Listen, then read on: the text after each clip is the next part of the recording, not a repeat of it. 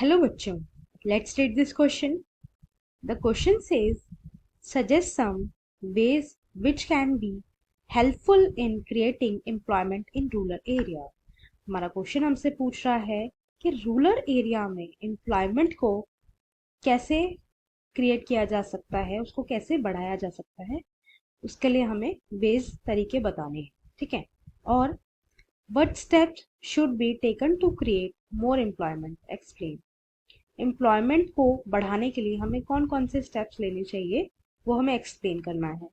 और how to create more employment in rural area. Rural area में कैसे employment को बढ़ा सकते हैं, एक्सप्लेन विद एग्जाम्पल. उसका एक्सप्लेन करना है और एग्जाम्पल भी देना है, ठीक है. तीनों ही क्वेश्चन का सेम आंसर है. आइए अपना आंसर देखते हैं. हमारे आंसर का की कॉन्सेप्ट है employment means the state of having a job और बीइंग एम्प्लॉयड. एम्प्लॉयमेंट का मतलब होता है कि ऐसे स्टेट होना जिसमें किसी पर्सन के पास जॉब हो या वो एम्प्लॉयड हो, ठीक है. अब आइए तरीके देख लेते हैं कैसे कैसे एम्प्लॉयमेंट दी जा सकती है. First, diversification of agriculture.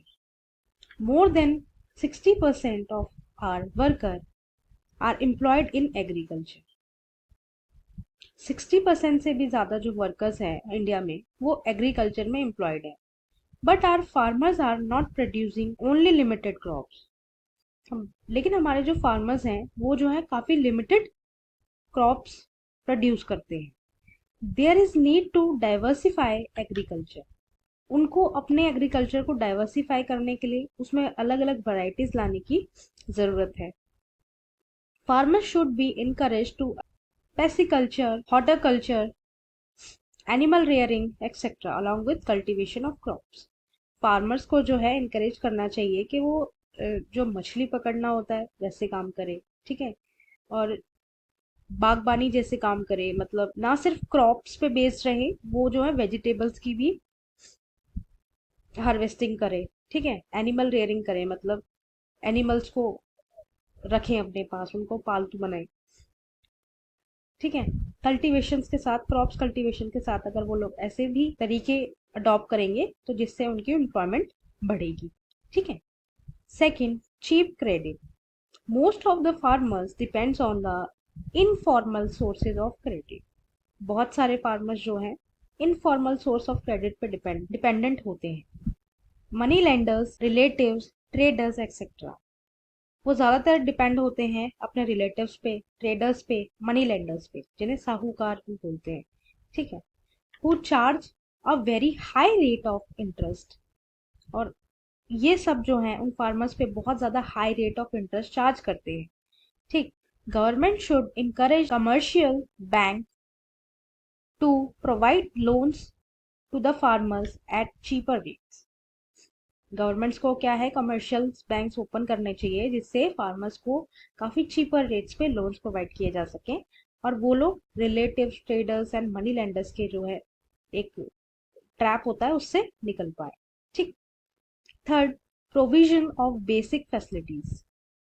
Are rural area lack of basic facilities like roads, transportation, banking, warehouses, market, etc.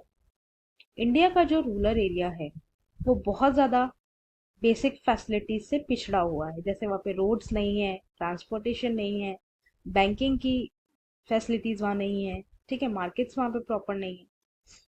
The government should invest some money in these sectors so that the Indian villages can be link to other markets. Government को Indian villages में जो है invest करना चाहिए ताकि जो villages हैं वो अदर मार्केट से लिंक कर सके.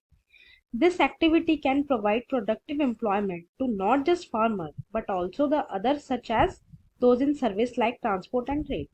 और इस एक्टिविटी की वजह से सिर्फ फार्मर्स को हेल्प नहीं मिलेगी, फार्मर्स को तो एम्प्लॉयमेंट मिलेगी ही मिलेगी, उसके अलावा जो ट्रांसपोर्ट की सर्विस दे रहे हैं या ट्रेड सर्विस दे रहे हैं उनको भी ज़्यादा से ज़्यादा एम्प्लॉयमेंट मिलेगा, ठीक है, एम्प्लॉयमेंट में हेल्प होगा, right. So these are some points जिससे एम्प्लॉयमेंट को जो है बढ़ाया जा सकता है, ठीक है. I hope you understood. Thank you and best of